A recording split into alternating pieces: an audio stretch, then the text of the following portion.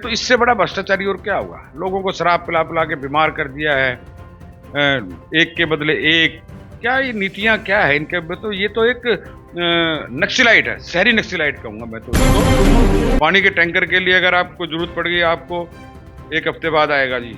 आप आदमी एक हफ्ते तक पानी कहां से पिएगा। जेल में ये गया, उसके बाद भी इतना हठधर्मी है, संविधान को नहीं मानता, इस्तीफा नहीं दिया, जेल में ही बैठा बैठा रहा।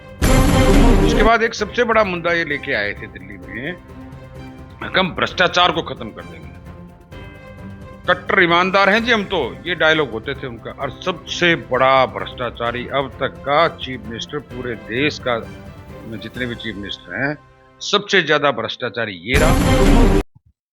नमस्कार, मैं राकेश। पंचायत डायलॉग्स में आपका स्वागत है। दिल्ली विधानसभा चुनाव की सरगर्मियां जोरों पर है। सभी पार्टियां अपने अपने तरीकों से तैयारियों में जुट गई है। आज हम पालम विधानसभा से भाजपा की दावेदारी कर रहे श्री कुलदीप सोलंकी जी के यहाँ पधारे हैं। तो सर, सबसे पहले आपका पंचायत डायलॉग्स में स्वागत है। आपका भी स्वागत है। आप, मुझे लगता है आज पहली बार आप शायद मेरे पास आए हैं, मैं आपका भी स्वागत करता हूँ। तो सर, सबसे पहला सवाल, चुनावी तैयारी आपकी कैसी चल रही है? देखिए, चुनावी तैयारी तो हम पार्टी के सिपाही हैं, पार्टी के साथ हमारी तो 12 महीने तैयारी रहती है चुनाव की। हम चुनाव के लिए तो भारतीय जनता पार्टी हमेशा तैयार रहती है, किसी भी टाइम कभी भी करा लिया जाए।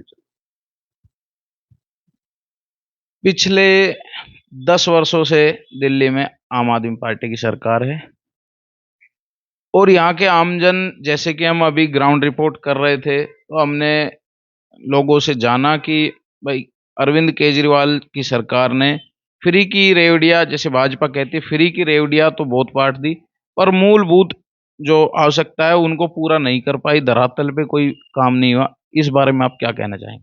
देखिए, वो एक आंदोलन के रूप में पार्टी निकल के आई थी, उनकी कोई विचारधारा नहीं।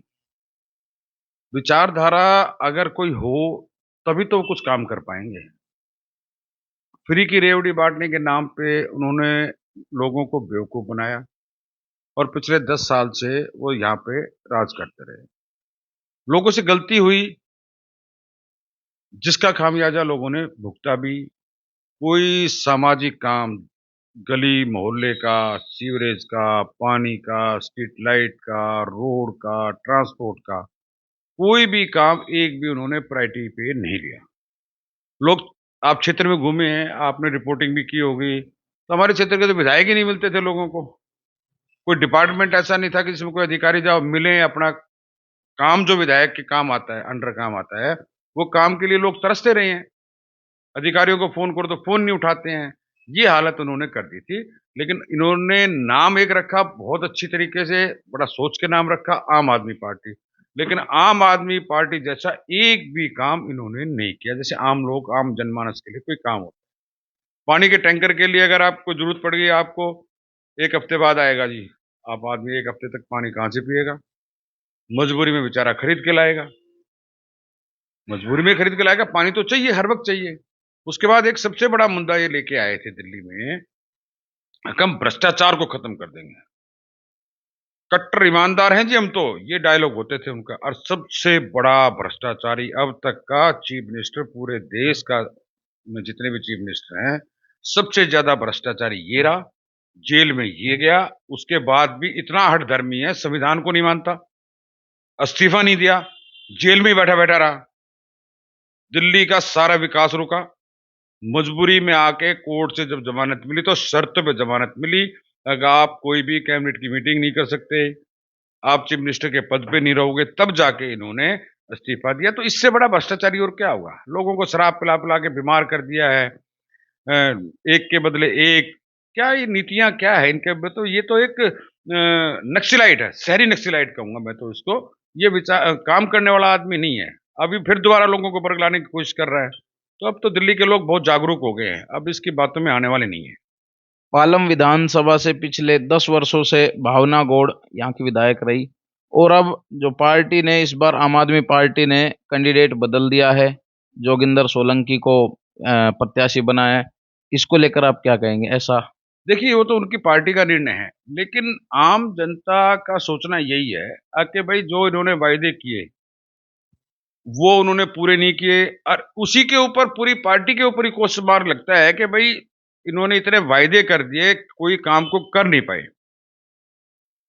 इसी वजह से इन्होंने अपने कैंडिडेट को बदला। अब भाई इसको वोट मिलेगी नहीं, ये जीतेगा नहीं, जीतने वाला कोई भी हो, आम आदमी पार्टी का इस बार कोई नहीं जीतेगा। पूरी दिल्ली में अब की बार एक माहौल है, लोगों ने मन बना लिया है कि इसको भारतीय आम आदमी पार्टी को दिल्ली से बाहर कर देंगे, ये तो मन बना लिया सबने। लेकिन कहीं ना कहीं इन्होंने अपने ऊपर ही क्वेश्चन मार्क लगाया अपने कैंडिडेटों को बदल के।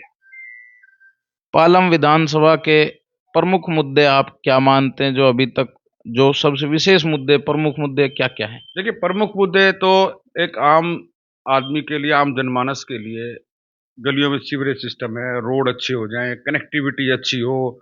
जैसे एक हमारे यहाँ सबसे बड़ा मुद्दा है रेलवे लाइन से क्रॉसिंग का है, अंडरपास एक बन जाए दिल्ली कैंट को तरफ जाते हुए। थोड़ा कंजेस्टेड बहुत हो गया है, बड़े पीडब्ल्यूडी रोड्स के ऊपर इंक्रोचमेंट बहुत हैं जो दिल्ली सरकार के अंडर आते हैं। अगर वो क्लियर हो, रोड अच्छे बने हो, साफ सुथरी हवा हो, यही एक आम जनमानस के लिए मुद्दे होते हैं। और उन मुद्दों के ऊपर इन्होंने, आम आदमी पार्टी ने, हमारे विधायक ने कोई ध्यान नहीं दिया किसी बात पे। मैं एक एग्जांपल देता हूँ, आप क्षेत्र में घूमे भी होंगे, उनके कार्यालय के बाहर फ्लाईओवर से पहले रोड, हेल्थ सेंटर के सामने रोड टूटा पड़ा रहा 6 महीने। हम उसको बोलते रहे, अधिकारियों को फोन करते रहे, बोलते रहे, फोटो खींच के भेजे। आज भी स्लिप रोड पे गड्ढे हैं, वो अपने कार्यालय में भी जाती होंगी। तो मतलब वो खुद भी नहीं देख रहा उनको गड्ढे हैं। जिनको खड़ा ही नजर नहीं आ रहा उनको पड़ा क्या नजर आएगा, जिनको पड़ा नजर आएगा उनको खड़ा क्या नजर आएगा। ये एक सिंपल सा मेथड है। आप भाजपा से टिकट को लेकर कितना आश्वस्त हैं? देखिए हम पार्टी के सिपाही हैं, अपनी भारतीय जनता पार्टी के। पार्टी का आदेश होगा हम चुनाव लड़ेंगे, या कोई भी कार्यकर्ता हमारा पार्टी का चुनाव लड़ेगा। भारी उम्मीदवार यहाँ कोई नहीं आएगा, और जो भी पार्टी का कार्यकर्ता होगा उसी को टिकट मिलेगी। हम सब मिलकर, भारतीय जनता पार्टी के सभी कार्यकर्ता मिलकर भाजपा के लिए काम करेंगे। यदि पार्टी इस बार आप पे भरोसा जताती है और आपको पालम विधानसभा से प्रत्याशी बनाती है, और यहाँ की आमजन भी, यहाँ की पब्लिक भी आप पे भरोसा जताती है, तो आपका सबसे पहला कार्य कौन सा होगा जो आप पालम विधानसभा में प्रमुखता से करेंगे? सबसे पहला काम हमारे यहाँ एक जो सबसे बड़ी जरूरत की चीज है, पानी। बहुत से एरिया में अभी पानी नहीं है, और जहां आ रहा है वहां गंदे पानी की बहुत भारी शिकायत है।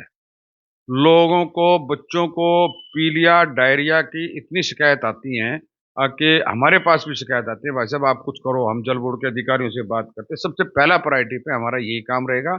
और आने जाने का एक सुगम रास्ता हो, अगर आप कहीं काम करने जा रहे हो, धंधे पे जा रहे हो, दुकान पे जा रहे हो, ऑफिस जा रहे हो, तो रोड्स जो हैं हमारे आने जाने की कनेक्टिविटी ठीक हो। प्रायोरिटी की चीजें तो यही है जी फिलहाल इस वक्त। तो उसके बाद तो फिर डिस्पेंसरीज का है, कम्युनिटी हॉल्स हैं, और बहुत सी चीजें हैं जो आम जनमानस को यहाँ से बाहर द्वारका ना जाना पड़े, हमारा काम यहीं हो जाए।